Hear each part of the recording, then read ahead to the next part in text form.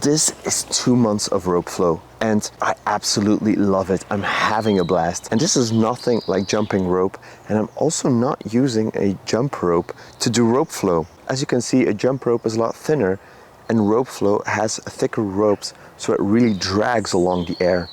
And what's amazing about rope flow is that it really works your spine and it moves your spine in a way that we're no longer used to doing. If you're doing martial arts like Brazilian Jiu-Jitsu, you probably know that moving your spine is very important, and rope flow really complements that. Now, as it comes to traditional weightlifting and sitting a lot throughout the day, your spine stiffens up, and a stiff spine is not a mobile spine, leads to all kinds of back injuries, back pain, and it's just not good. And with rope flow, you introduce motion into that spine, you introduce blood flow, and it's so great for you. And it's also a ton of fun. Like in the past 2 months, there wasn't a day where I didn't do rope flow. What's so special about rope flow is that it's very easy to learn. It's easy on the body. I get a lot of benefits of just the simple movements. Doing a figure eight underhand, do a figure eight overhand, moving a little bit, walking a little bit, gives you already tremendous benefit as it comes to the spine. If you explore new moves, you still find novel things, you still find things to learn about the rope that makes it like a skill that you want to practice, that you want to get better at, but still you're having already the benefits from day one. What's also nice is that the rope is like a teacher. It teaches you when you're doing something wrong. When you're not moving the way you're supposed to move, the rope will tell you. And it's not like in a spiritual way. It will just smack you in the face. The rope will tell you when you're tangled all up in that rope, it will tell you you did something wrong.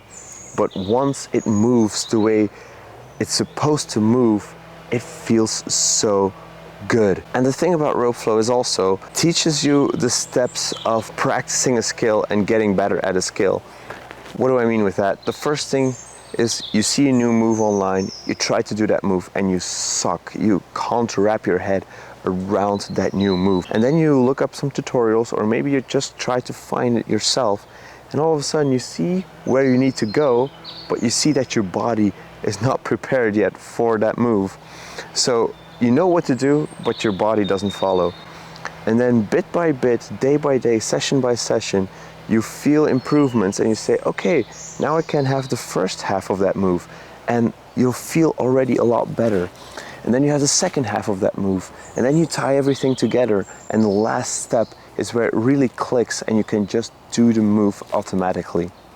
And then you think, hey, I have two sides on my body, and it starts all over again. Now, what's also great is that you don't have to spend a lot of time with it, like 5 to 15 minutes each and every day. You do what you already know, and then you try to do some skills for like 2 to 3 minutes. And then the next day you will feel that just sleeping on it just really ingrains all these patterns into your body. What's also nice is that it teaches you to be ambidextrous.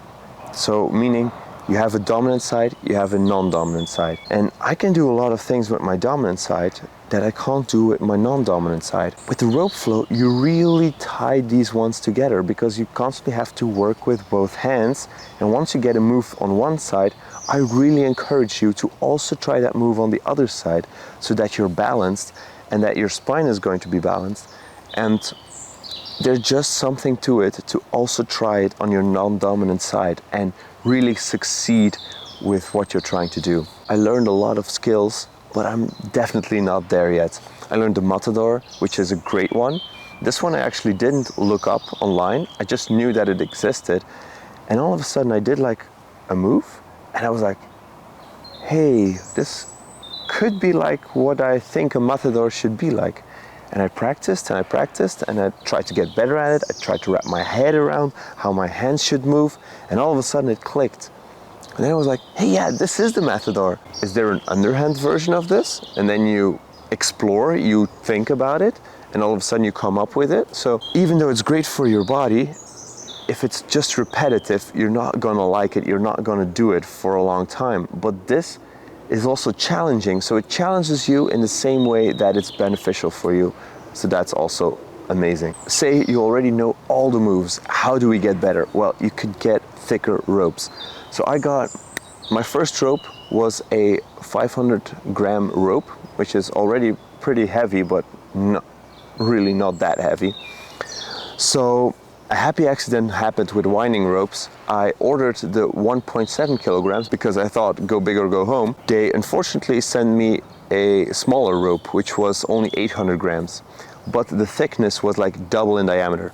And what I noticed is that it was also double the difficulty, because the rope thickness is what really makes the resistance through the air greater, and it also gives more drag, so it was very, very challenging. So doing that made it very challenging, but also very fun, because it was like another stimulus. Without hesitation, they sent me the right one, and now it's here in my possession. And this one is like even 4 times bigger than my original rope, and it's a challenge, man. It's working. Getting new moves, it's one thing. Getting heavier rope is another thing. Rope flow, really beneficial. You should really do it. You're gonna get stronger, you're gonna move better. Walk with the rope, that's also something. If I walk with the rope in the evening, like just a couple of steps back and forth, turning around, doing some transitions, and the day after that, it's like when I'm walking, I'm constantly rope flowing in my head. It's something weird, but I feel like I'm walking better. So yeah, if you can't tell already, I'm a big fan of your rope flow, and I think you should do it as well. I've been plaguing my YouTube shorts with rope flow things. Whenever I attain a new skill, I want to show that, and I'm going to continue doing that because I really love that. So look forward to that, and I also encourage you to start picking up rope flow and let me know what you think about it. I should end this video so you can go ahead and buy that rope. So thank you so much for watching. I guess I'll be seeing you all in the next video. Peace.